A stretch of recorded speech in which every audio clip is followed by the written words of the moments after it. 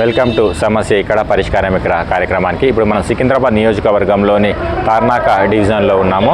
Nafees garden back side ఉన్నాము. ఇక్కడ విద్యుత్ అధికారులు కరెంటు పోల్లను తీసేసి రోడ్డు మీద పడేసి వెళ్ళిపోయారు. ఆ కాంట్రాక్టర్ నిర్లక్ష్యము, ఏఈల నిర్లక్ష్యంతో ఇది ఓన్లీ తార్నాక డివిజనే కాదు, పూర్తిగా సిటీ మొత్తం గ్రేటర్ హైదరాబాద్ పరిధిలోని చాలా ప్రాంతాలలో విద్యుత్ అధికారుల తీసేసిన పోలు, జలమండలి అధికారుల తీసేసిన పైపులు ఇట్లా రోడ్ల మీద కోకోలుగా కనిపిస్తుంటాయి. వీటిని తీయించాలన్న చిత్తశుద్ధి ఇక్కడ పాలకులకు ఉండదు, తీయాలన్న ఆలోచన అధికారులకు రాదు. అలా వేశారు, ప్రజలు అలా బతికేస్తున్నారు అంతే. దీని లోపల మొత్తం చెత్త చెదారం, ఇది ఎవరికి కనీసం ఇక్కడ ఒక వాహనం నిలపనీకి రాదు, కనీసం ఒకటి పెట్టనీకి రాదు, ఏం చేయనీకి ఉండదు. అధికారులు మాత్రం అసలు దీన్ని పట్టించుకోరు. ప్రతి ఇంటికి ఒక అందరు లీడర్లే ఉంటారు కానీ ఒక్క లీడర్ మాత్రం చెప్పడు. ఇదే విధంగా ఇక్కడ ఒకటి జెండా కోసం గద్దె ఏర్పాటు చేశారు. ఆ గద్దె మాత్రం దేనికి ఉపయోగించడం లేదు, కట్టేశారు, వదిలేసేసారు. దీనివల్ల ఉపయోగం లేదు. వాళ్ళు పెడతారు, ఏదో నలుగురు ఒకసారి పెట్టుకుంటారు, వదిలేస్తారు.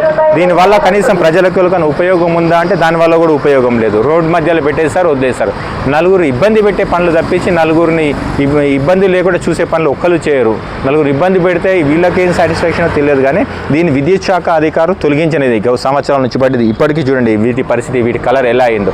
ఇలాంటి వాటిని తొలగించాలని ఒక్క ఆలోచన కూడా ఏఈకి, లైన్మెన్కు, కనీసం ఇక్కడ ఉన్న ప్రజాప్రతినిధులకు విషయం ఏంటంటే ఇది deputy mayor division, deputy mayor ఉన్న డివిజన్ల పరిస్థితి ఇంత దారుణంగా అంటే సాధారణ డివిజన్ల పరిస్థితి ఎట్లుంటుంది?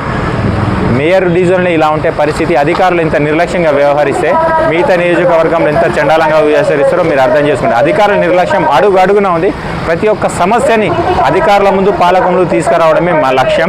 తీరుస్తాడు వాళ్ళ ఇష్టం, తీర్చుకోవడం వాళ్ళ కర్మం అంతే.